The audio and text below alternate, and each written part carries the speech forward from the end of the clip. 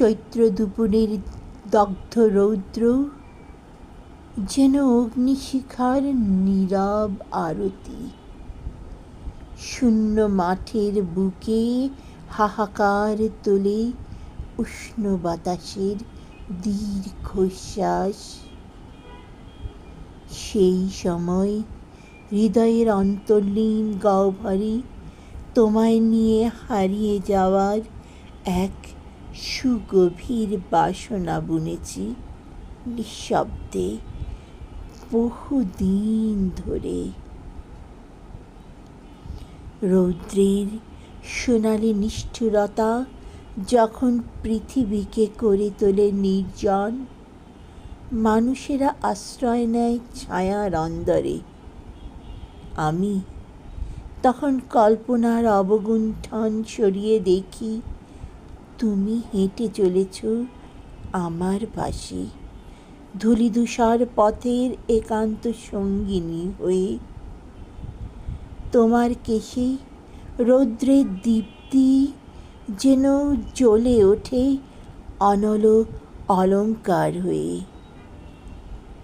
তোমার চোখে চৈত্রের আকাশ অসীম, উদার অথচ গভীর। আমার সমস্ত ক্লান্তি, সমস্ত অপূর্ণতা তোমার একটুখানি স্পর্শে যেন বিলীন হয় অদৃশ্য অতলে। এই হারিয়ে যাওয়া কোনো ভীরুতা নয়, নয় কোনো ক্ষণিক আবেগের চল। এ এক মুক্তির মন্ত্র, এক অনন্ত আকাঙ্ক্ষার গোপন উৎসব, যেখানে সমাজের শৃঙ্খল, সময়ের কঠোর বিধান সব হার মানে দুটি হৃদয়ের অনিবার্য টানে।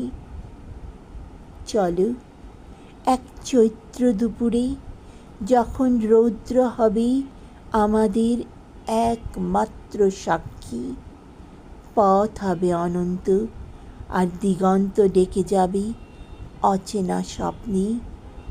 তখন হাতে রেখে হাত, সমস্ত পরিচয়ের গণ্ডি ভেঙে আমরা হারিয়ে যাব প্রেমের এক অবিনশ্বর অনির্বচনীয় অভিযানে। পাঠ করলাম কবি তাপস গোস্বামীর কবিতা চৈত্র দুপুরের নিঃশব্দ অভিসার। কণ্ঠে আমি ইরা জানিত। ধন্যবাদ।